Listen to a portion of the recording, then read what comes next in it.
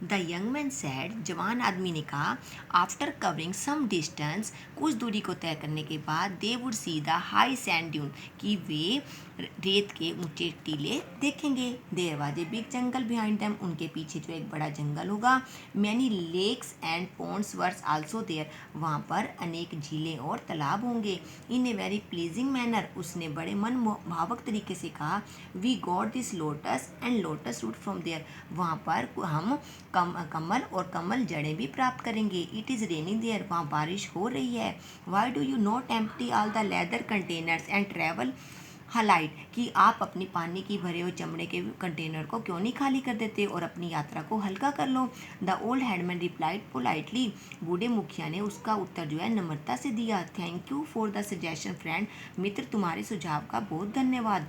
If I were in your place, अगर मैं तुम्हारी जगह होता, I would have reduce my burden, मैं तो अपना बोझ हल्का कर लेता। It helps to cross in the desert faster, और मैं अपने मुश्किल को जल्दी पार कर लेता। Saying so the young headman took leave, और ऐसा कहकर वो वहाँ से चला गया। All the merchants spotted his saying and felt bad, सभी व्यापारियों ने उसके साथ सहमत होते हुए बुरा महसूस किया। They said to the old headman, उन्होंने बूढ़े मुखिया से कहा, we should not carry so much load of water, कि हमें पानी का इतना बोझ नहीं उठाना चाहिए। बिकॉज वाटर इज हेड, क्योंकि पानी तो आगे है।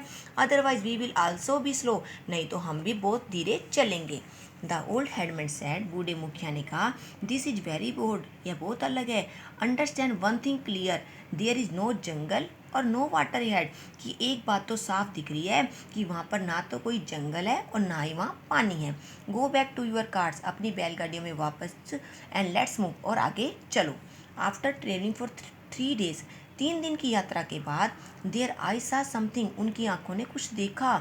ओ they are remain and carcasses of some caravan, वहाँ पर जो है कुछ कारवा की डेड बॉडीज पड़ी हुई थी। All were shock to see that, सभी को वहाँ पर यह देखकर बहुत आश्चर्य हुआ।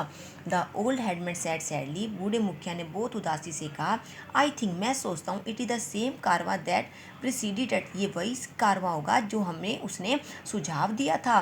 दे must have been fooled by the same people we must on the way, कि ये भी वही लोग होंगे जो उनके द्वारा मूर्ख बनाए गए होंगे।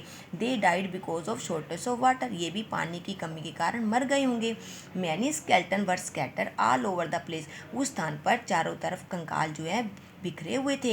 हिज मैन फेल्ट सॉरी, उसके आदमियों ने उससे सॉरी महसूस की।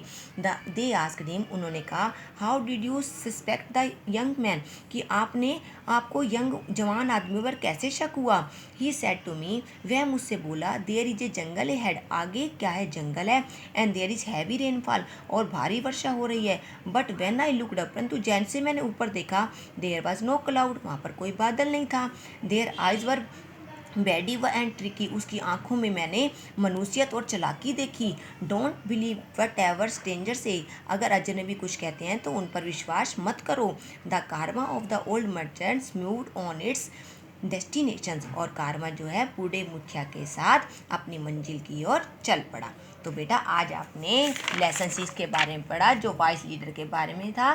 तो बेटा इस कहानी से आपको भी यही शिक्षा मिलती है कि आपको रास्ते में कोई भी अजनबी मिले तो आपको भी उसकी बात पर विश्वास नहीं करना चाहिए। आज आप ये चैप्टर घर पे रिवाइज करोगे और इसके word meaning learn and right करोगे नोटबुक पर।